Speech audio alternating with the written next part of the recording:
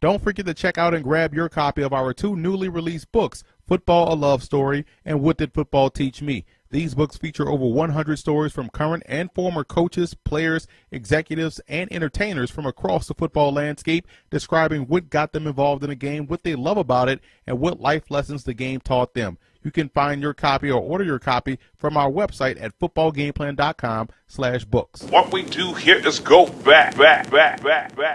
Welcome to footballgameplan.com, where football makes sense. I'm Emery Hunt, the czar of the playbook. Bring you our 2016 NFL Draft Grades video for the Jacksonville Jaguars. We're going to take a look at all of their draft selections, as well as some undrafted free agents that you want to keep an eye on. It's hard to ignore the work Jacksonville has done the last 2 seasons in building a roster through the draft, and this year wasn't any different. 7th-round pick Jonathan Woodard out of Central Arkansas is an extremely talented defensive end that will already be lost for the season due to an Achilles injury. Quarterback Brandon Allen, while streaky, does give them a better number 2 option behind Blake Bortles, and in my opinion, Jalen Ramsey out of Florida State was the best safety, not cornerback, in this year's draft class. I think a guy with his ball skills and instincts would be best utilized out in space. But don't get me wrong, Ramsey is still a first-round talent at cornerback and can more than hold his own as a pro. I compared Miles Jack to former Broncos linebacker DJ Williams. He's athletic and versatile enough to play all 3 backer spots. He can cover backs and tight ends and some wide receivers. You just want to see him become a better run defender as he moves forward as a pro.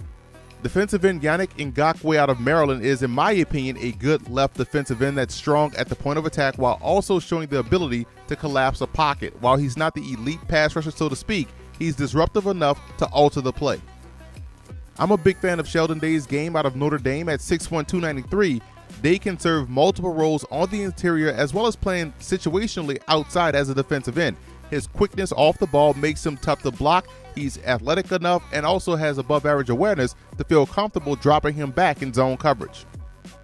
The Jaguars landed a true pass rusher in round 6 in Tyrone Holmes out of Montana, who terrorized the FCS last year to the tune of 16 sacks, which led the nation. Holmes is a long, athletic defender that actually plays with length. This is a guy that was a really good pickup at this juncture of the draft.